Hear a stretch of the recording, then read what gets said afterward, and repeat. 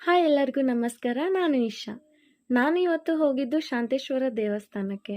ಸುತ್ತಮುತ್ತ ಹಚ್ಚ ಹಸಿರಿನಿಂದಲೇ ಈ ದೇವಸ್ಥಾನ ಕೂಡಿದೆ. ಹಾಗೆ ಈ ದೇವಸ್ಥಾನ ಇರುವುದು ಬೆಟ್ಟದ ಮೇಲೆ. ಇದು ಜಕಣಾಚಾರಿ ಕಾಲಘಟ್ಟದಲ್ಲೇ ಆಗಿರೋ ದೇವಸ್ಥಾನ. ಸುಮಾರು 12ನೇ ಶತಮಾನದಲ್ಲಿ ಸ್ಥಾಪಿತವಾದ ದೇವಸ್ಥಾನ ಇದಾಗಿದೆ. ಈ ದೇವಸ್ಥಾನ ಇರುವುದು ರೋಣ ತಾಲೂಕು, ಗದಗ ಜಿಲ್ಲೆಯ ನೆಲ್ಲೂರು ಎಂಬ ಸ್ಥಳದಲ್ಲಿ. ಶ್ರಾವಣದ ಕೊನೆಯ ಸೋಮವಾರ ಪ್ರತಿ ವರ್ಷ ಈ ಜಾತ್ರೆ ಆಗುತ್ತದೆ. ಹೋಗಿ ಎಲ್ಲರೂ ಶ್ರೀ ಶಾಂತಮಲ್ಲೇಶ್ವರನ ದೇವರ ದರ್ಶನ ಪಡೆದು ಪುನೀತರಾಗಿ. ಮತ್ತೆ ಸಿಗೋಣ ಮುಂದಿನ ವಿಡಿಯೋದೊಂದಿಗೆ. ಧನ್ಯವಾದಗಳು.